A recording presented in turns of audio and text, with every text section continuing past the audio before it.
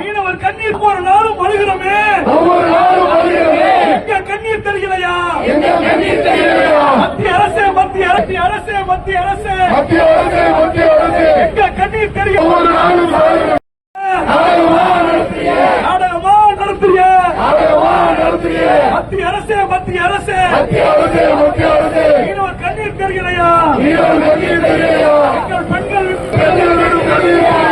அரசு மத்திய அரசு துணைபோக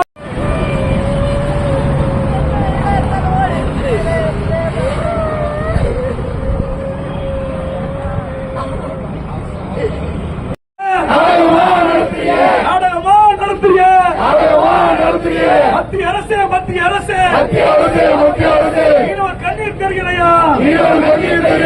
எங்கள் பெண்கள் அரசு மத்திய அரசு துணைபோக. கடந்த 18ஆம் தேதி ராமேஸ்வரத்திலிருந்து மீன்பிடிக்க சென்ற 3 விசைப்படகு, அதில் சென்ற 18 மீனவர்களும் மற்றும் மண்டபம் துறைமுகத்திலிருந்து மீன்பிடிக்க சென்ற ஒரு விசைப்படகு, அதில் சென்ற 4 மீனவர்களையும் இலங்கை கடற்படை கைது செய்து இலங்கை சிறையில் வைத்திருக்காங்க.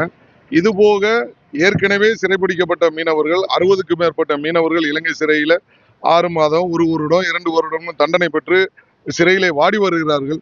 மத்திய மாநில அரசு துரித நடவடிக்கை எடுத்து அந்த மீனவர்களை உடனடியாக விடுதலை பண்ணி கொடுக்கணும்.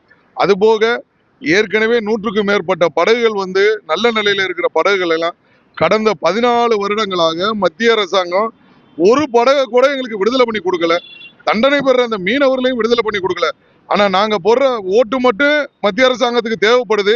நாங்க ஈட்டு கொடுக்குற அந்நிய செலவாணி தேவைப்படுது. ஆனா எங்களுடைய வாழ்வாதாரத்தை பாதுகாக்கிறதுக்கு மறந்து போயிடுறாங்க. உடனடியாக மத்திய மாநில அரசு தலையிட்டு இந்த இலங்கை சிறையில் இருக்கிற மீனவர்களையும் படகையும் மீட்டு கொடுத்து நீண்ட காலமாக இருக்கிற இந்த பிரச்சனைக்கு ஒரு நிரந்தர தீர்வு காண்கிறது எங்களுடைய கோரிக்கையா இருக்கு. இதை இன்றைக்கு வலியுறுத்தி நாங்க கண்டன ஆர்ப்பாட்டம் நடத்துறோம்.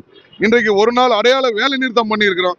இன்னும் காலதாமதப்படுத்தாம வருகின்ற கூடிய விரைவில் மத்திய அரசாங்கம் இலங்கை அரசுடன் பேசி இந்த பிரச்சனைக்கு ஒரு நிரந்தர தீர்வு காணணும்.